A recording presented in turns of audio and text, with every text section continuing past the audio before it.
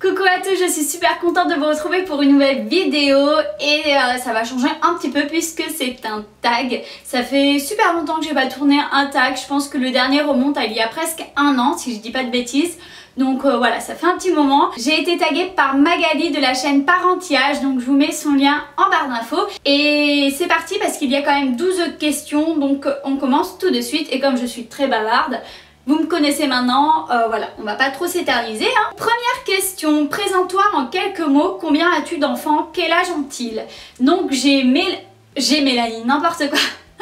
Je m'appelle Mélanie, j'ai 27 ans, j'ai deux garçons qui ont 4 ans et demi et 1 an et demi, Inzo et Isaïe. Avant de connaître officiellement le sexe de ton enfant, le connaissais-tu déjà au profond de toi?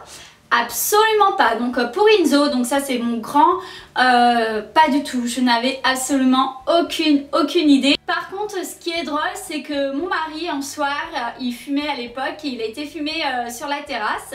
Et quand il est rentré, il m'a dit ça va être un garçon. Il me dit je sais pas, en fait là je l'ai imaginé, j'étais enceinte, je venais d'apprendre que j'étais enceinte en fait, on venait de l'apprendre.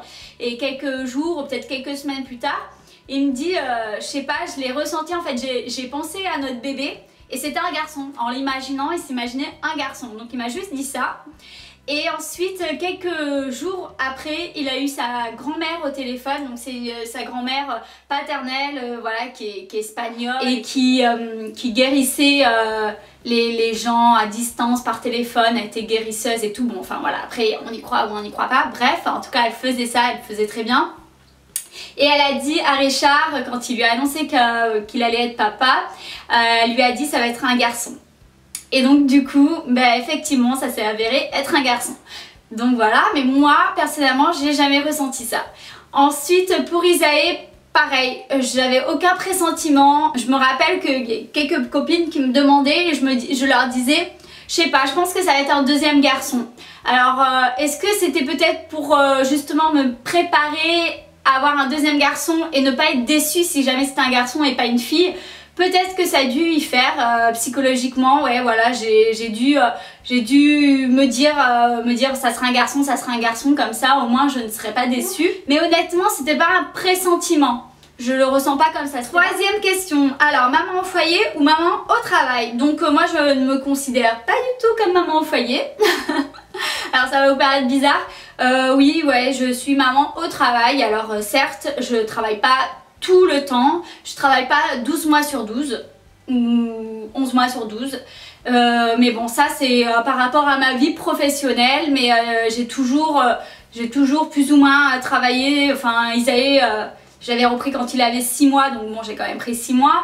Inzo j'avais repris quand il avait 4 mois. Après c'est vrai que j'ai la chance d'avoir beaucoup de temps libre à certains moments de l'année. Et officiellement j'ai toujours gardé un statut d'actif. Donc voilà, pour moi je ne suis pas maman au foyer. Même si je peux donner l'impression que oui.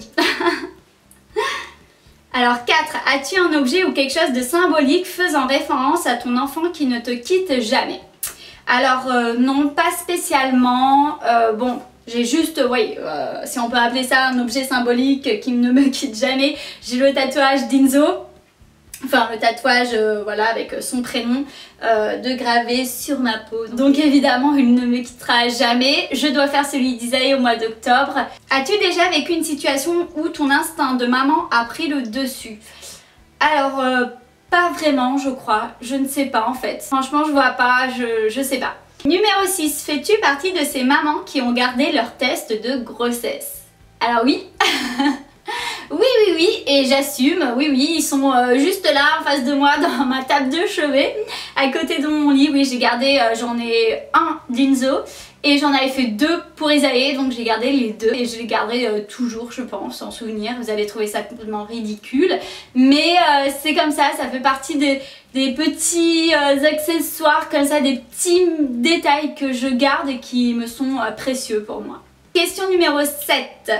As-tu du mal à te séparer des affaires de ton enfant?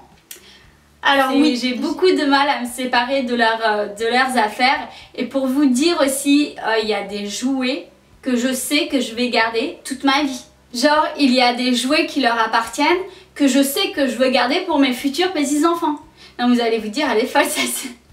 Non, mais c'est vrai quoi. Par exemple, leur voiture Bagheera, Ça c'est clair et net, jamais je les revendrai. Il y a plein de petits jouets, vous savez, tous les petits jouets un petit peu en bois, ceux avec lesquels ils ont beaucoup joué, qui ont été utiles, etc. Ben je veux pas m'en séparer, je les garde, voilà. Après il faut bien vendre, mais il y a certaines choses que je suis sûre de conserver. Et même les affaires que je dois revendre ou que je donne, ça me fait un petit pincement au cœur. Ensuite, question numéro 8. Un achat qui te trotte dans la tête depuis quelques temps mais que tu n'as pas encore fait. Alors pour Isaïe, je pense, ouais, ça me trotte un petit peu dans la tête. C'est son futur lit. Donc parce que là ça fait plusieurs fois qu'il se lève de son lit, qu'il grimpe et tout, c'est quelque chose qu'il m'avait jamais fait Enzo, mais Isaïe le fait, donc du coup je réfléchis à son futur lit et bah, évidemment j'aimerais lui acheter un lit cabane, voilà. Donc ça je pense que c'est un futur gros achat pour Isaïe. Et pour Enzo, non, il n'y a pas vraiment... Question numéro 9. On dit souvent que pour un premier enfant, on a du mal à acheter de l'occasion. Penses-tu réagir différemment pour ton prochain enfant?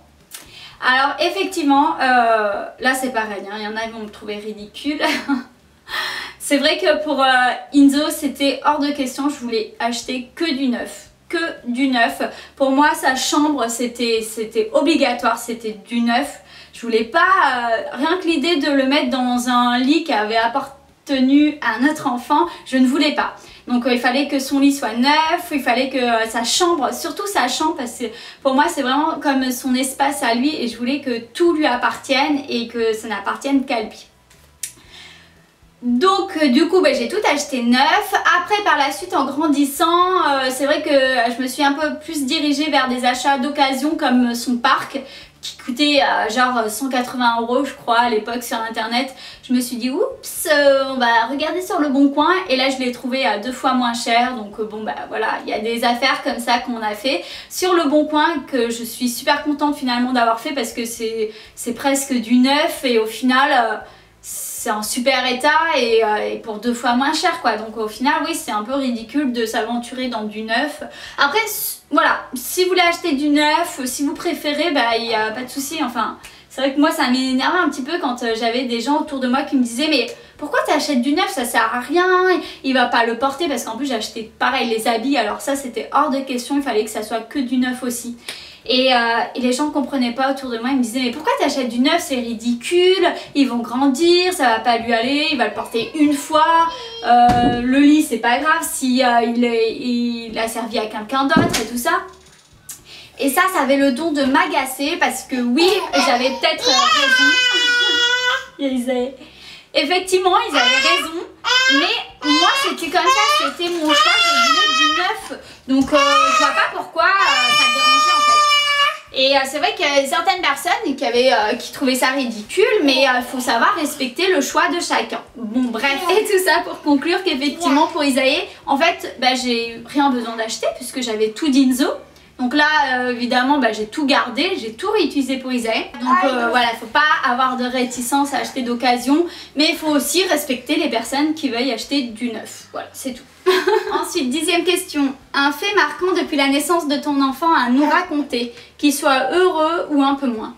Alors, j'avais pas vraiment réfléchi aux questions avant de les lire, avant de tourner cette vidéo. Alors non, je sais pas. Quand ça concerne notre enfant, tous les faits sont marquants. Tous. Après, bon déjà, c'est vrai que les premières fois, voilà, les premiers pas, c'est quelque chose de très marquant dans la vie, dans l'évolution de son bébé, c'est quelque chose encore plus que la première dent ou encore plus que le premier sourire. C'est vraiment une étape. Donc ça fait partie des faits marquants de la vie d'un bébé, de son enfant. Après, un des faits les plus marquants aussi, c'était évidemment la rentrée en maternelle, en petite section d'Enzo. C'est émouvant. J'ai pas pleuré. Tout le monde m'avait dit que j'allais pleurer, j'ai pas pleuré. Enzo n'a pas pleuré, donc j'ai pas pleuré. Mais ça, j'avais la gorge nouée, mais comme je l'avais jamais eu. Et là, ça y est quoi, il y a notre bébé qui s'en va à l'école et on sait que ça va être pour normalement un très très long moment. Et là, ouais, l'entrée en maternelle, ça fait quelque chose. C'est très... Rien que là, presque d'y repenser, ça m'émue, c'est con. Bref, ouais, ça c'est un fait très marquant. Et après, je dirais que tous nos voyages avec nos enfants, que ce soit avec Isae ou Inzo, ont été des faits marquants. Voilà, tous. Que ça soit en Thaïlande avec Inzo, que ça soit en Italie, parce qu'en Italie c'était le premier voyage d'Inzo. Lorsqu'on est parti en Espagne, c'était notre premier voyage à 4. Ensuite on est parti au Vietnam, c'était l'aventure. Enfin voilà, tous nos voyages représentent un fait marquant de notre vie et de leur vie aussi. Et aussi l'un des plus marquants, je dirais, c'était notre voyage aux États-Unis avec Inzo, et le moment le plus marquant c'était lors de notre mariage avec Richard. Et voilà, et en fait c'est lui, c'est Inzo pardon, qui devait donner donc nos bagues au moment où on s'est échangé nos vœux. Il les avait dans sa poche et puis au moment où il fallait qu'il les donne, il n'a pas voulu les donner, il est parti en courant. Normal quoi. C'est l'une des petites anecdotes qui marquera certainement cet événement déjà, puisque c'était un événement quand même, un mariage c'est pas rien. Et j'étais en plus enceinte d'Isae, c'était très intime, mais voilà, c'est notre moment à nous. Et c'était beau, et du coup ce petit souvenir là je garderai à vie en souvenir quoi. Voilà, enfin des moments marquants il y en a trop en fait, des faits marquants il y en a trop, et je préfère me rappeler des bons que des mauvais, et des mauvais j'ai eu la chance pour l'instant de ne pas vraiment en vivre, donc pourvu que ça continue, je touche du bois. Genre on me demande un fait marquant, j'en donne 10 000 quoi, n'importe quoi, bref. Question numéro 11. As-tu déjà craqué nerveusement depuis que tu es maman? Alors, franchement, non. Alors, vous allez vous dire, c'est pas possible, mitonne. Mais non, honnêtement, voilà, je m'en souviens pas, mais très honnêtement, non, j'arrive pas à me remémorer un souvenir où j'ai craqué nerveusement à cause des enfants, plus ou moins, non. Je n'ai jamais fait de baby blues. Depuis que j'ai Isae, oui, peut-être il y a eu plus des moments où j'avais envie d'être seule, où j'avais envie de me retrouver qu'avec mon mari, ou voilà, des fois je lui dis très souvent, j'aimerais qu'on aille au cinéma que tous les deux, j'aimerais qu'on se fasse des week-ends que tous les deux, j'aimerais qu'on aille au restaurant que tous les deux, parce que c'est vrai que par exemple au Vietnam on y allait 3 fois par jour, mais on était toujours avec les enfants, donc vraiment se retrouver que tous les deux. Mais après j'en ai jamais pleuré, j'ai jamais pété un plomb, voilà, j'ai vraiment jamais pleuré nerveusement parce que je me retrouvais dans une situation où j'en pouvais plus. Non, mais c'est pas dit que demain ça ne m'arrive pas hein, là, parce que j'ai quand même une vie plutôt cool dans l'ensemble.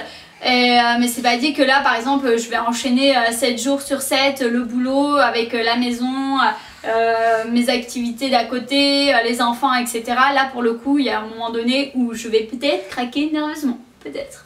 Ensuite, dernière question, la numéro 12. Voulais-tu plusieurs enfants avant d'en avoir? Ton avis a-t-il changé depuis? Alors avant d'en avoir, j'étais persuadée d'en vouloir 3. Voilà, ça a toujours été mon rêve, 3. Après il y a eu une petite période au moment où tout début, lorsque j'étais enceinte d'Inzo je crois, et je me disais bon je vais l'avoir à 23 ans, ça se trouve j'en aurais envie peut-être de 4. Voilà, je me disais peut-être que 4 ça serait bien.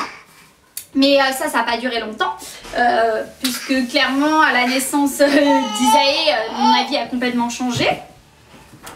Mais 3 je reste encore, ouais je sais pas, mon avis n'a pas vraiment changé. Au jour d'aujourd'hui je suis comblée avec 2 enfants. Au jour d'aujourd'hui je ressens pas du tout l'envie, le besoin d'en avoir un 3e, mais je ne suis pas contre l'idée dans quelques années. Voilà, après ça sera...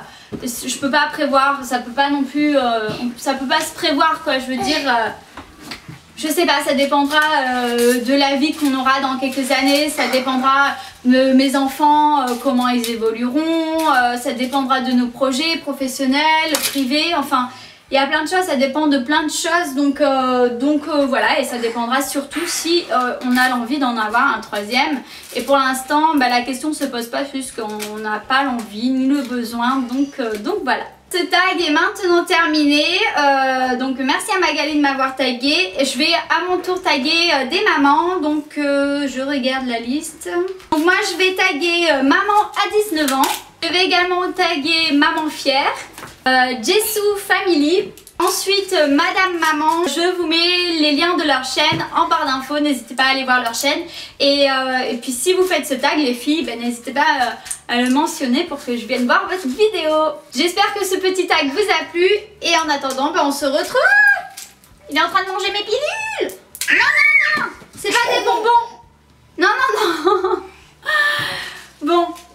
J'espère que ce tag vous a plu et en attendant on se retrouve très vite pour une nouvelle vidéo. Ciao ciao, bisous à tous.